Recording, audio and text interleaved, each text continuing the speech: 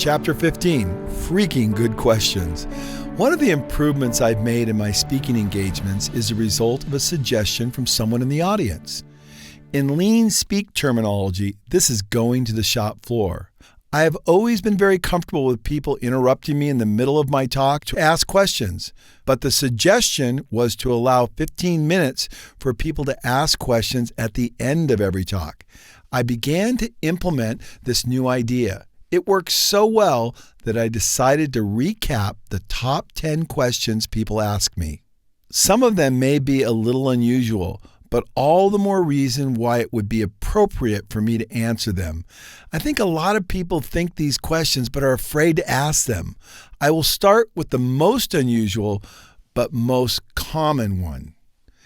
Question 1, Paul. How do you feel about luxury? Answer. This is a very interesting question. I think it's asked because people see my desk and realize that I have no office and that I must be such a minimalist in the way I conduct myself in my business. They think, man, this guy must be opposed to luxury. He must be opposed to having anything nice. I can assure you nothing could be further from the truth. I'm awash in luxury in my life. I can afford luxuries that most people can't, because I'm not wasting so much in the way I run my company. Lean is not an austerity program. Lean is eliminating non-value-added activity. We call that waste. If it's valuable for me to wear a beautiful Breitling watch, then that's not wasteful for me because I want Breitling to continue to make their artistic creations. If there is value in me flying my own plane around the world and it helps me do my job more effectively, then that is not wasteful. Lean is about eliminating non-value-added activity. A beautiful watch reminds me every second of the value of impeccable craftsmanship and attention to detail. My plane allows me to go anywhere at any time and gives me the value of total flexibility.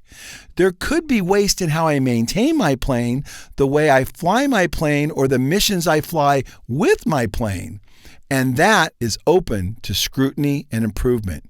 However, the very act of having an airplane or a nice watch or a nice car in and of itself is not waste.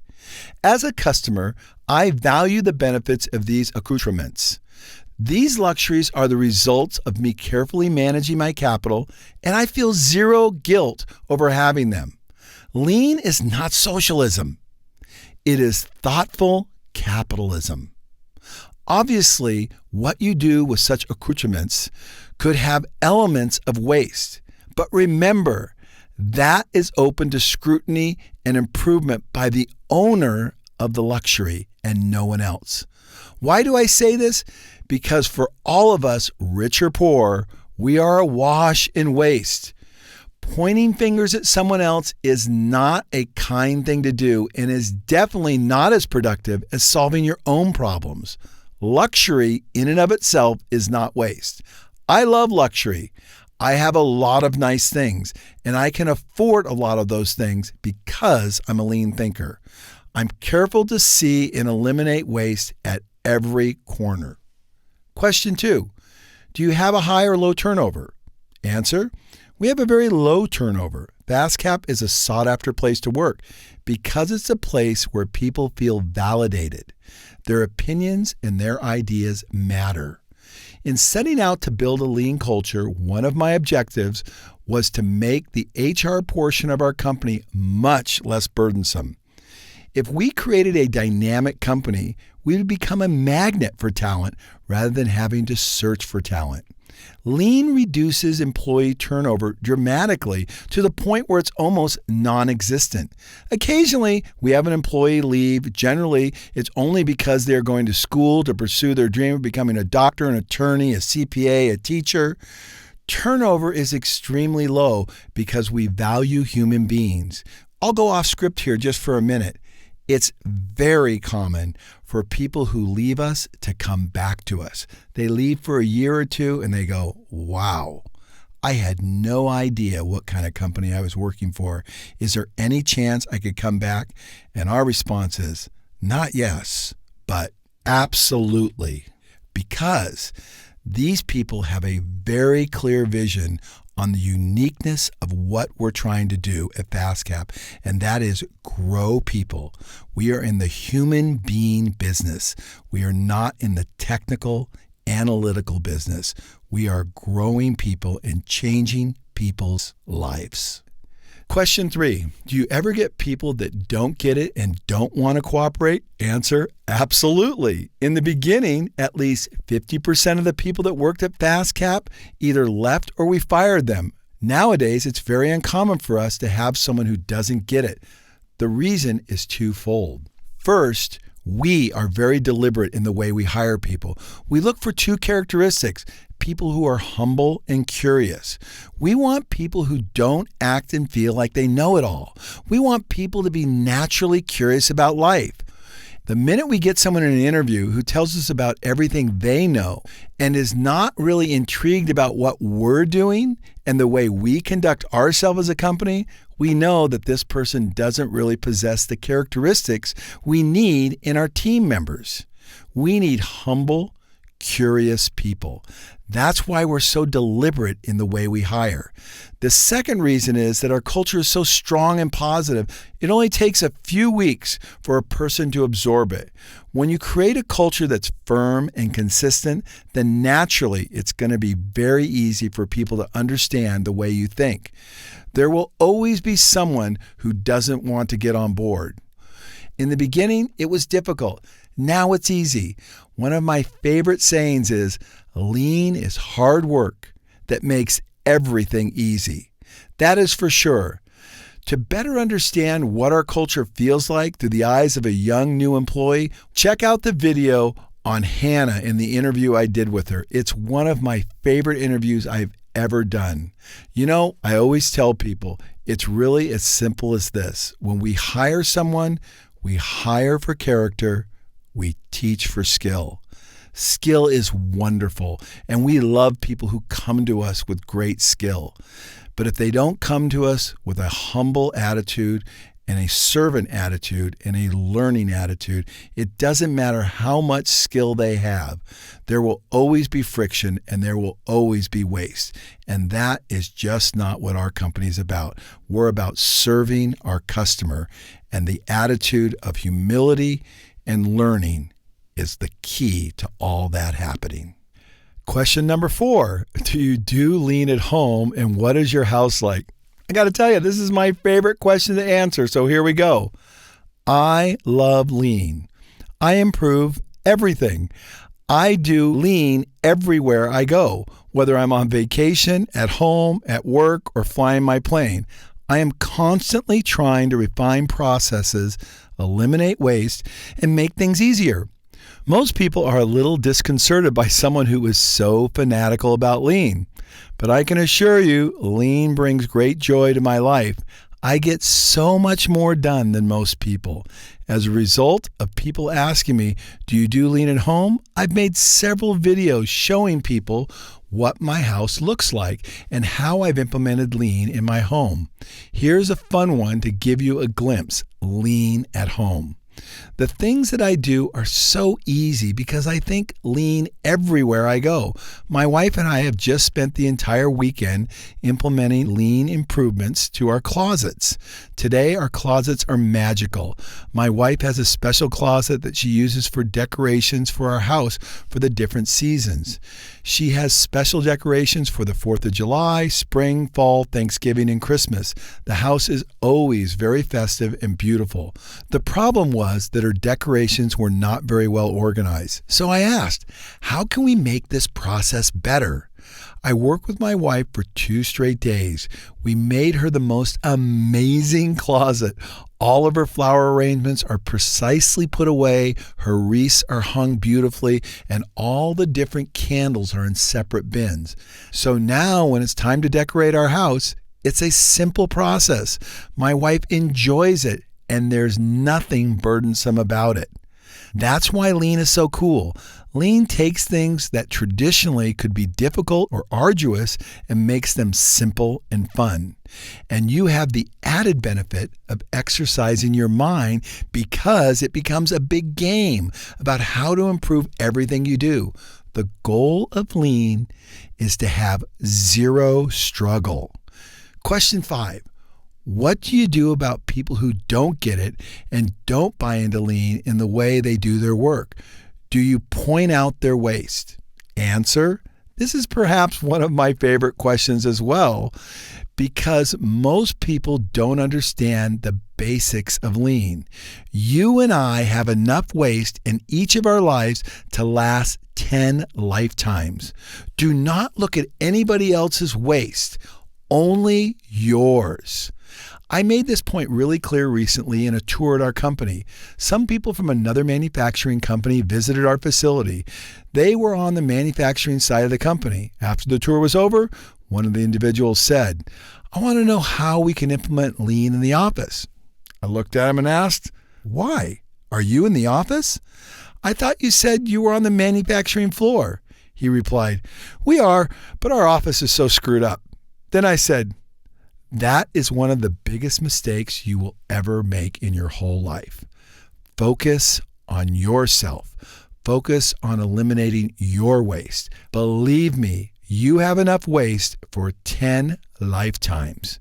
When people see how much your area has improved, how much easier your work is, how much more they can depend on you, how consistent you are, and how the quality of your product improves, they will want to know how you're doing it.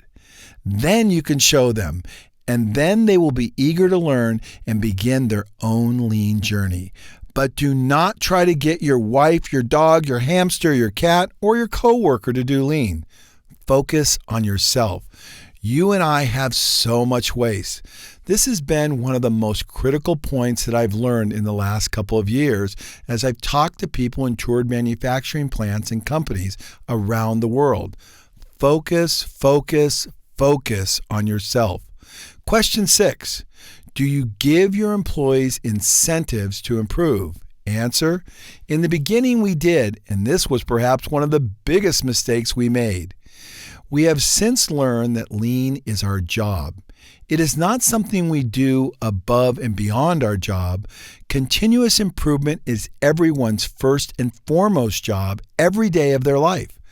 The first incentive for making lean improvements is that life keeps getting better when you're thinking lean. When we gave monetary incentives, we felt that people were making the improvements because they wanted the $5 or $10 incentive for every improvement they made.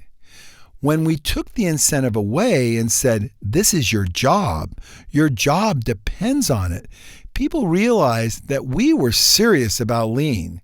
We hired them because we wanted to use their brains, not just their hands. This is a game changer because most people don't feel like they're appreciated for what they contribute intellectually to the job. They feel that we just want them to build widgets.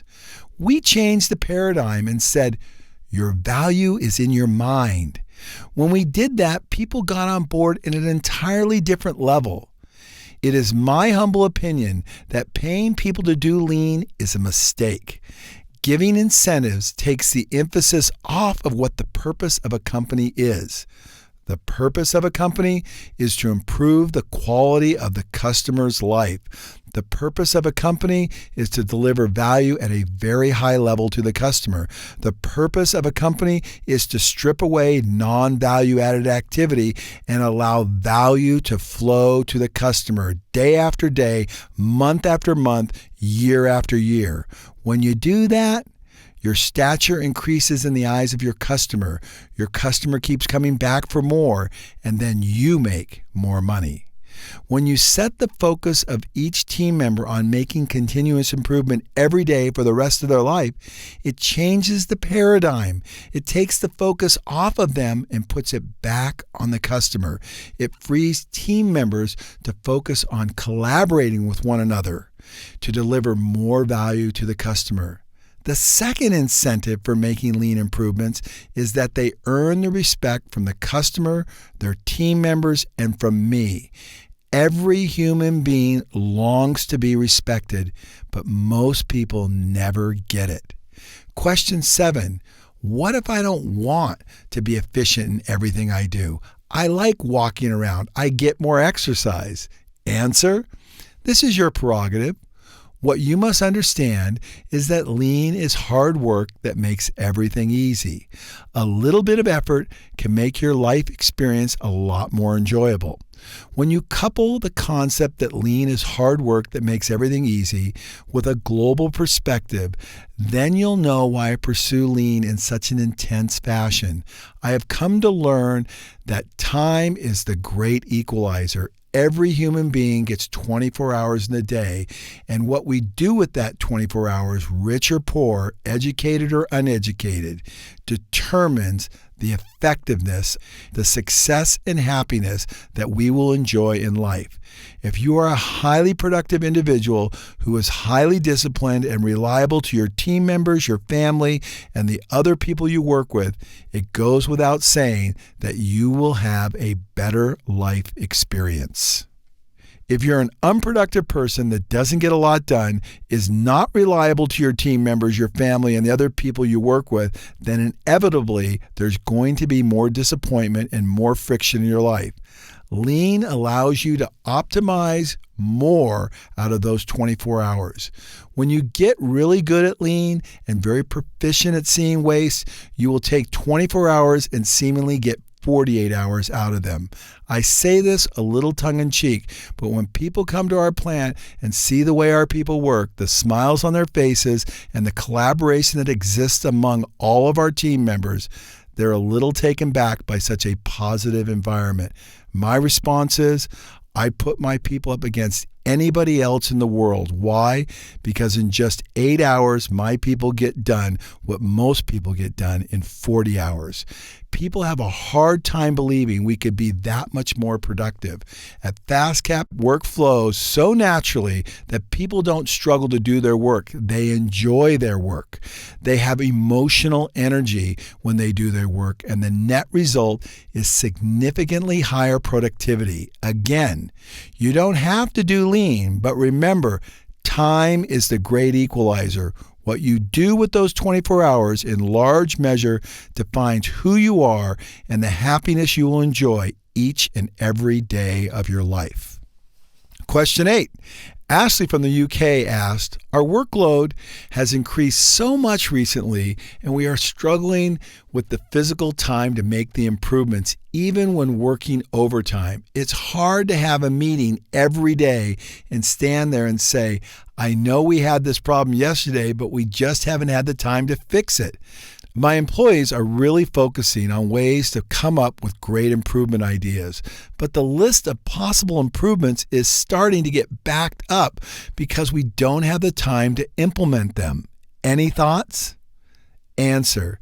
Sometimes it makes no sense to stop and do 3S'ing and improvement when the workload is overwhelming. So I will answer the question by telling a story about what happened at FastCap. Many years ago, we worked overtime regularly, even on the weekends because our workload was so great. We seemed to never be able to catch up, and when I said to everybody, stop working, we're going to clean our area, we're going to 3S everything, we're going to make improvements, and if it takes us 1 hour or even 4 hours every day to do it, I don't care. We're going to do it, and then we're going to work. Now, as you can imagine, there was great angst amongst all the employees because they thought they would do nothing but get further and further behind. I assured them that if we took the time to improve and create an orderly, clean, and well-organized work area, they would actually get more work done and they would catch up. So we went ahead and made the commitment to 3S'ing and improving regardless of the workload. And behold, we caught up. Not only did we catch up, but we do millions of dollars more in business with a similar size crew, and we never work overtime. This is the difference between making continuous improvement a priority or doing it when it's convenient. Improving first not only gives you the improvement, it lightens the load and allows you to keep up with the accelerating demand. It is counterintuitive, and I understand this, but I've learned this lesson and I am 100% committed to it. We make sure that our work areas are 3S and that everyone has made a 2-second improvement before we ever begin our production work. When work flows, chaos is eliminated. Lean is not just a convenient belief. It is at the cornerstone of great companies. The more that lean becomes a consuming priority, the faster work will flow and improvements will pay the dividends of operational excellence. Question 9. Another question from Ashley. Motivation. When it's all getting you down and it's one of those days, how do you motivate yourself? Bear in mind, this is the early days for lean for our company, so it isn't self-powered yet. My employees look to me for their motivation, so seeing me down has a negative effect. Any tips? Answer. Ashley, as always, you ask excellent questions. I'll be honest with you, I've had those moments. I've had a very rich life, and I don't mean financially. I have a lot of joy and success in my life, and I have a lot of good relationships with people around the world. And I credit all of that to the fact that I have chosen to follow historical principles of greatness. In other words, the choices that I have made in my life have been determined by principles that have produced great results throughout history. These principles that when implemented by any human being throughout the course of time have produced astounding results, not good results, astounding results. The best example for me is the principles followed by our founding fathers. All men are created equal. The result is a country that has done more good for more people than any organized form of government in the history of man. Not perfect, far from it, but that single idea has become the touchstone for people from every nation. Millions are free today because of the principles that produce great results. My favorite principles: make people the center focus of your life. This is perhaps my favorite. Another one: pursue the right thing over profit. The profit will follow. Another one: teach and train. Anytime you train an individual intensely, you dramatically enhance their ability to perform a job consistently, significantly more so than those people who are only moderately or occasionally trained. The best example of teaching and training is the Navy SEALs. When you take people that have been trained at such a high level and put them into stressful situations, they perform consistently 99% of the time.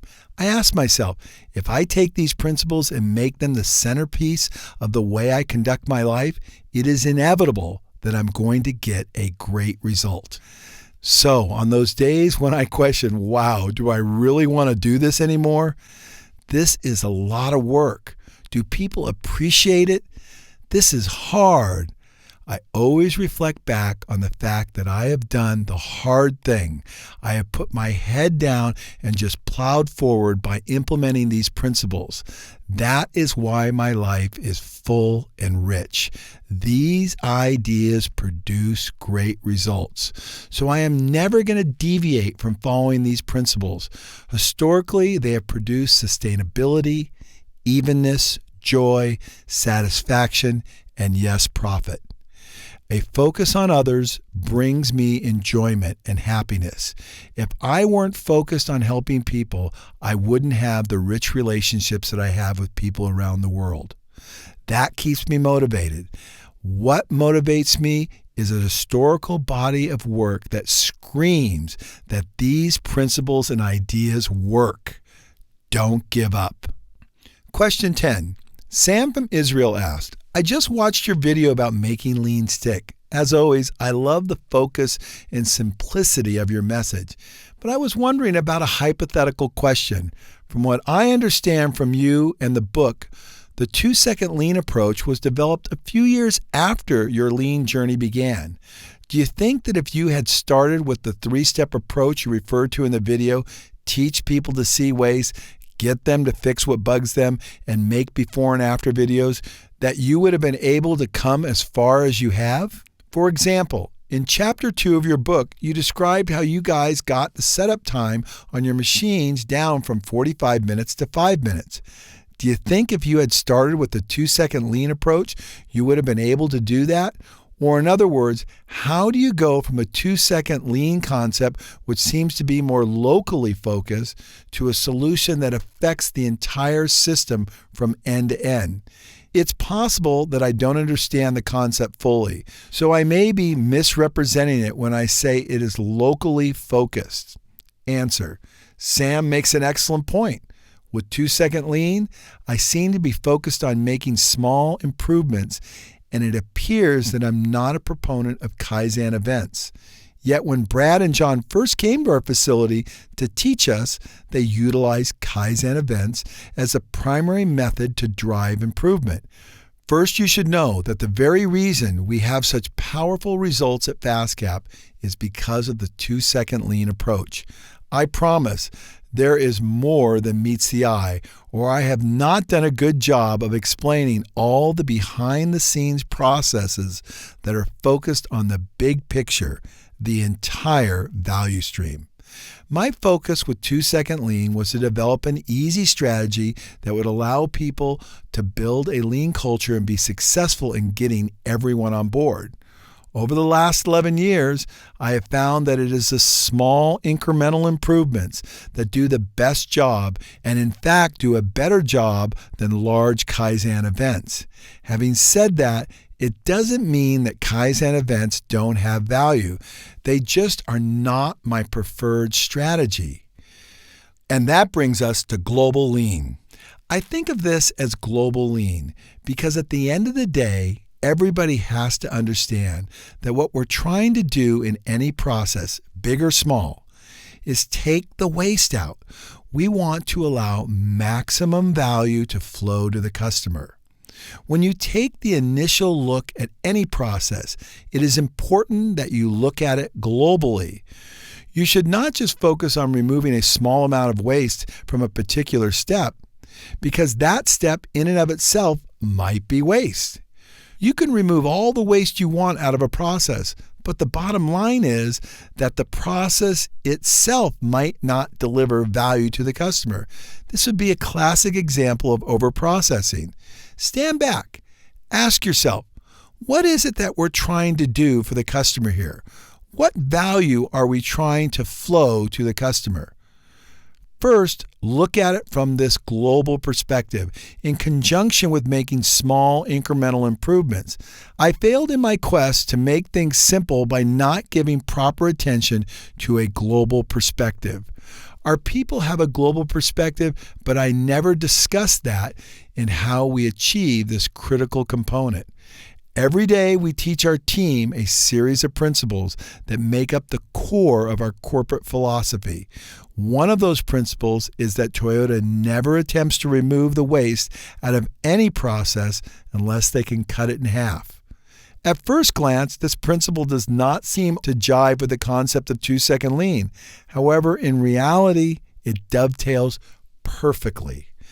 Our team knows that the goal is to take a process from 10 minutes and turn it into 5 minutes, and 5 minutes to 2.5 minutes. They see the big picture, and the brush that applies the paint is the 2-second improvement. The mechanics of how they're going to get there is done through small incremental improvements. Our team also knows to look for the largest constraint. They have been trained to understand that the bottleneck, the biggest backup in work in a particular process, is the best place to start to eliminate waste. They also know to ask themselves, is the activity that I'm doing delivering value to the customer? Or is it just a process that has been added on? Am I trying to eliminate waste even though the process is delivering no value? They understand these three concepts keenly. They understand that we don't want to do anything unless we're delivering value to the customer. If we put a plastic bag around an item, is there any value for the customer? Sure, it's nice to put a plastic bag around an item, but is there any value in it? If there's no value, We're not going to try to improve the process by reducing the size of the bag or finding a faster way to put the bag on. If the bag adds no value for the customer, it is waste. A great example of this is the packaging of Apple products. Recently, I bought another iMac for our company. I was surprised when I opened the box. There was a minimal amount of packaging, less than the last time I bought one 6 months ago. I noticed that they didn't have a plastic bag around the computer. The computer was sandwiched between two pieces of foam with a power cord and a small manual enclosed. That was it. I was almost shocked that there wasn't more of the typical voluminous amounts of packaging and waste that accompanies most products in today's marketplace. Apple has clearly understood that this is of no benefit to the customer, and I actually ended up feeling even better about the product when I saw how thoughtfully it was packaged with so little waste. It's imperative that employees understand the 8 wastes. It's imperative that they understand that the goal is to cut everything in half, not just make little incremental improvements.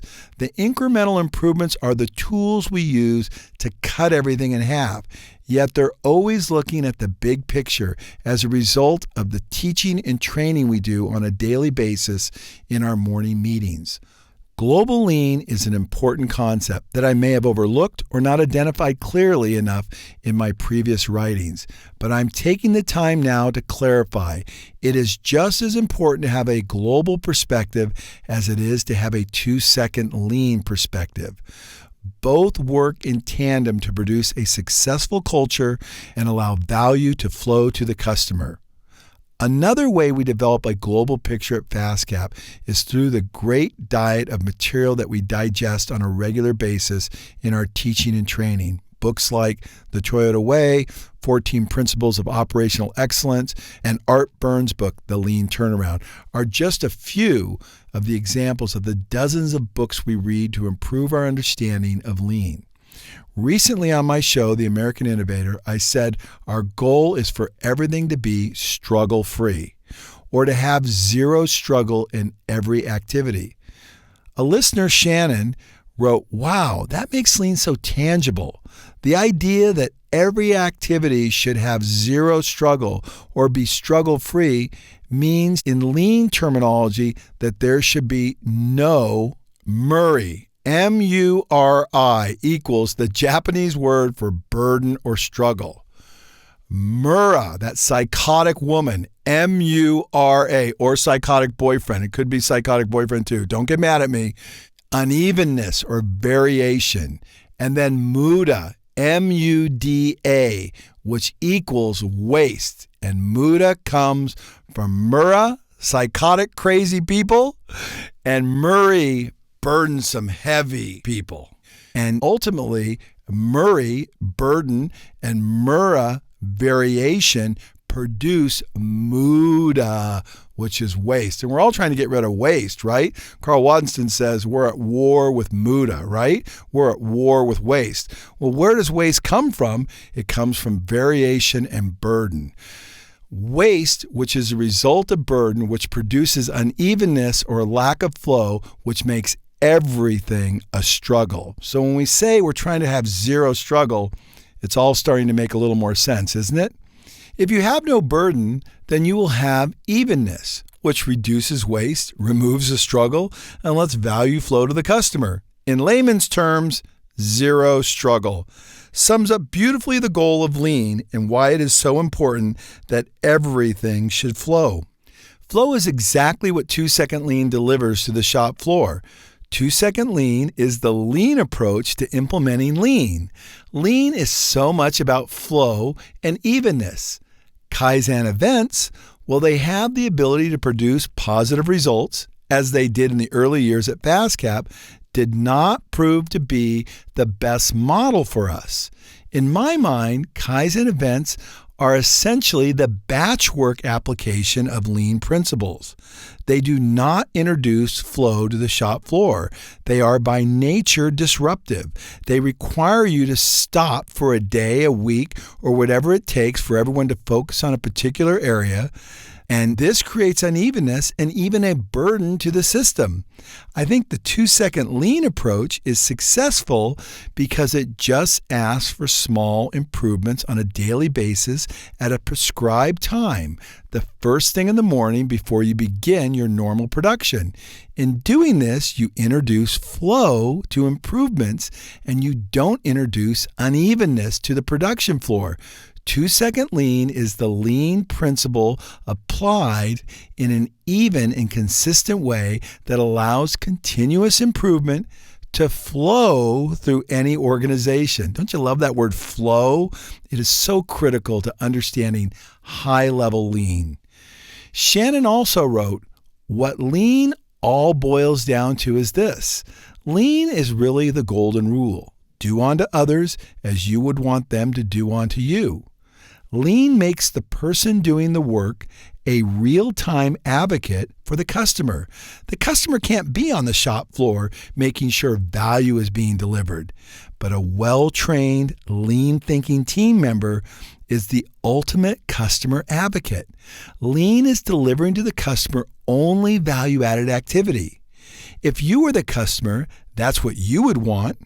As a producer of anything, whether food, electronics, software, cars, medical care, my real role is a perpetual advocate on the shop floor for the customer.